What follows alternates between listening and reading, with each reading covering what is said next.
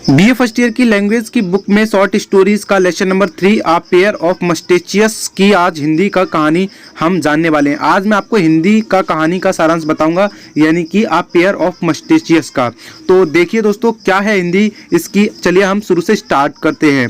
उपयुक्त कहानी भारतीय अंग्रेजी उपन्यासकार मुल्कराज आनंद की कृति है। लेखक मनुष्य की प्रकृति को बखूबी समझता है। प्रस्तुत कहानी का एक जोड़ा मूंछें लेखक का मूंछों पर किया गया सुंदर विश्लेषण प्रस्तुत करती है। मूंछों की झूठी शान को बनाए रखने में आजम खान अपनी पूरी संपत्ति गवा बैठता है।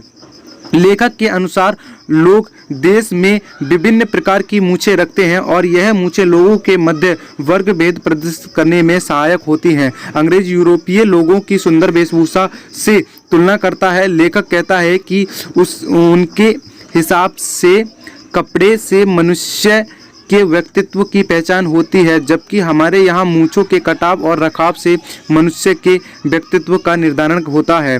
हास्य व्यंग्य मिश्रित लेखक ने अपने मुल्कराज आनंद मूंछों के विभिन्न प्रकारों का विवरण प्रस्तुत करते हैं और यह भी बताते हैं कि किस विशिष्ट प्रकार की मूंछें किस विशिष्ट योग्यता या पहचान का निर्धारण करती हैं।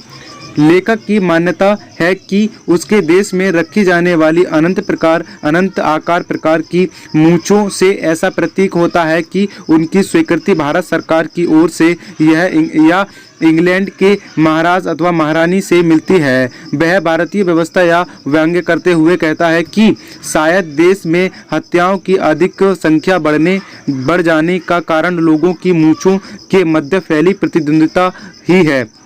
कहानी आगे बढ़ने के क्रम में कहानीकार उपयुक्त विश्लेषण को अधिक व्यवहारिक भी नहीं मानता है। वह सोचता है कि उसके देश में जो बहुत से उपद्रव हो रहे हैं वे शायद मूंछों के कारण ही हैं। सेठ रामदत्त तथा बनिए के मध्य छिड़ी लड़ाई को वह मूंछों की लड़ाई ही मानता है और विस्तार पूर्वक इस लड़ाई के विभिन्न पहलुओं की चर्चा करता हुआ हास्य मिश्रित शैली में मूंछों के विभिन्न पहलुओं पर विस्तृत चर्चा करता है।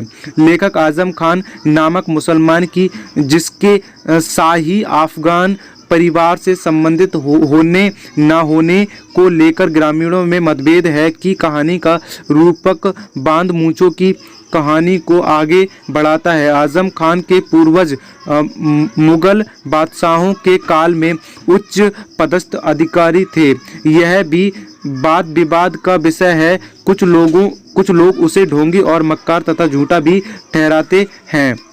लेखक उस घटना का जिक्र करता है जब आजम खान बनिए की दुकान पर जाकर सोना रखकर उधार लेना चाहता है, परंतु उसकी बकरी जैसी मूंछों के बिल्कुल उसकी जैसी ऊपर की ओर उठी होने के कारण वह उसे चुनौती देता हुआ कहता है कि उसने उसकी चीते जैसी मूंछों की नकल क्यों की है। आजम खान उसे धमकी दे बैठता है कि यदि वह खैर चाहता है तो अपनी मूंछों को बकरी जैसे ही नीचे की ओर झुका ले। सेठ रामदत्त अपनी मूंछों के लिए सिरे को नीचे गिरा खान द्वारा लाए सोने की परख करता है और खान को उधार देता है। जाते जाते खान जब सेठ रामानंद की एक मूंछ उठी देखता है तो वह भड़क उठता है कि उसने मुझे धोखा दिया है। दोनों के मध्य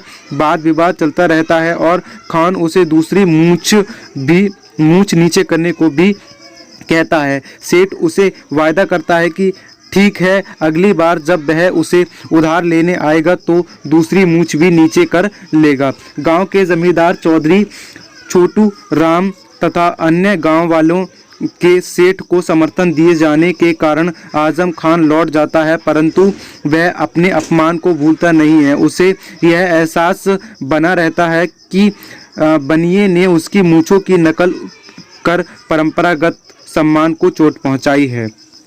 घर पहुंचकर खान 7 पीढ़ी पुराना हार लेकर फिर से बनिए के पास पहुंचता है, उधार लेता है और बनिए से मूंछ का दूसरा सिरा नीचे करने को कहता है। बनिया तुरंत उसकी बात मान लेता है। खान लौटने लगता है।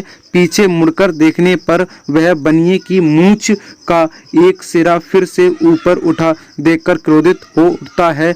खान के धमकाने पर सेठ चालाकी से उसे कहता है कि यदि तुम्हें अपने खानदानी चिन्ह मूंछों के स्टाइल की सुरक्षा की इतनी ही फिक्र हो तो वह उसे अपनी सारी संपत्ति बेच दे। गांव के जमींदार तथा अन्य के कहने पर खान वैसा करने को सहमत हो गया और उसने वहां पहुंचे पुरोहित के सामने अन्य गांव वालों की उपस्थिति में अपनी संपत्ति सेठ को हस्ताक्षर करने के लेखे पर हस्ताक्षर कर दिए। अपनी शान की प्रतीक मूंछों को ऊपर की ओर मोड़ता हुआ संतुष्ट खान वहां से चला गया। यद्यपि यह बात अलग थी कि वह भिखारी हो चुका था। इधर सेठ भी यह कहते हुए अपनी मूंछों के दोनों सिरों को नीचे कर चुका था कि उसके पिता भी सुल्तान थे। गांव वाले सारी स्थिति पर हंस रहे थे। तो कुछ इस प्रकार जो है मूंछों की कहानी थी। अगर आपको लगी हो अच्छी तो कर देना वीडियो को लाइक, चैनल को कर लेना सब्सक्राइब ताकि आने वाली अपडेट्स आपको मिलती रहे with bell icon. Thanks for watching my YouTube video.